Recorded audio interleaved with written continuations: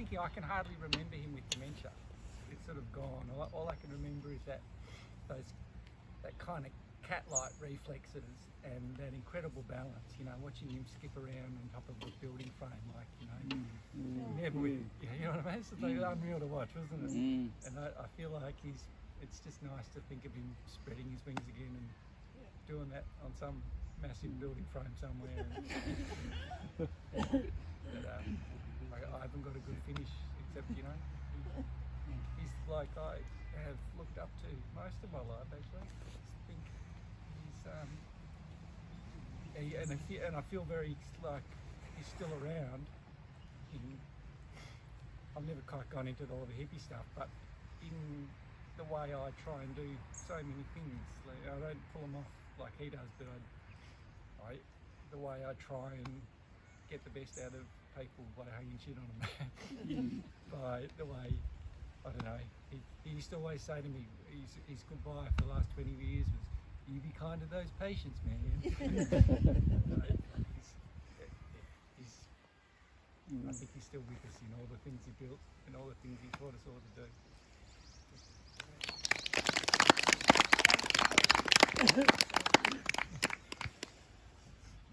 Next talker is Finn, who is Mark's or Leslie's grandson, and Mark's Oompa.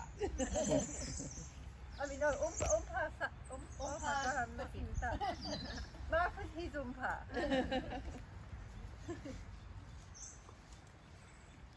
Most of you know him as Mark Bennett, but as the grandchildren can attest, and from that recent explanation, we knew him as Oompa.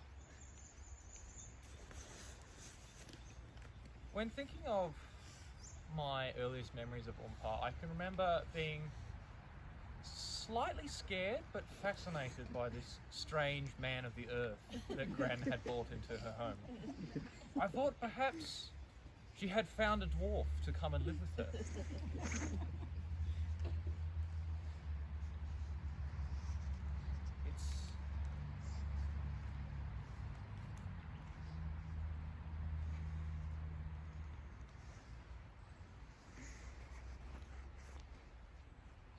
Escaped me a little bit.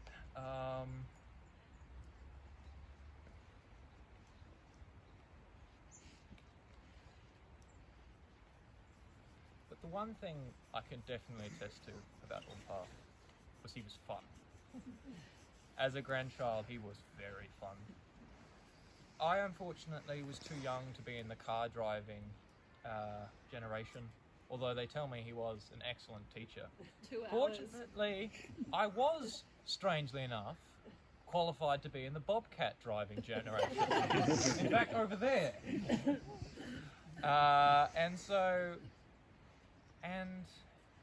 It was such joy and such, I think what people talk about, he was willing to take risks with you.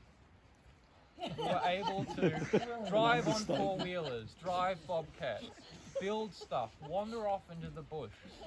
He wasn't far, but he didn't, he let you do the things you needed to do. When reflecting on memories of Oompa, I remember hours of conversation around Gran's wooden tables.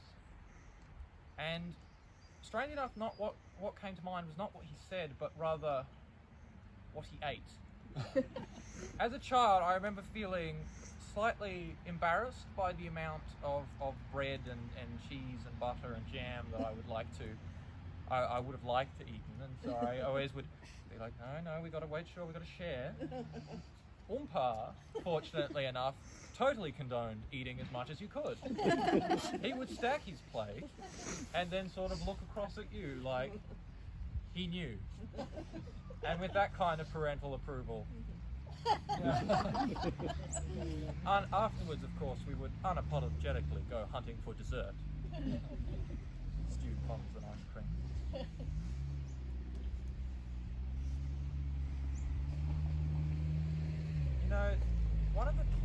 One of the things that I truly remember as well is that for a long time when I was younger, I didn't know that Oompa wasn't related to me. I just assumed, of course he is. And when I found out I immediately discarded the notion as irrelevant. And that is a notion I have taken with me through my entire life to all my non-bloods, siblings and relations. Many have spoken today about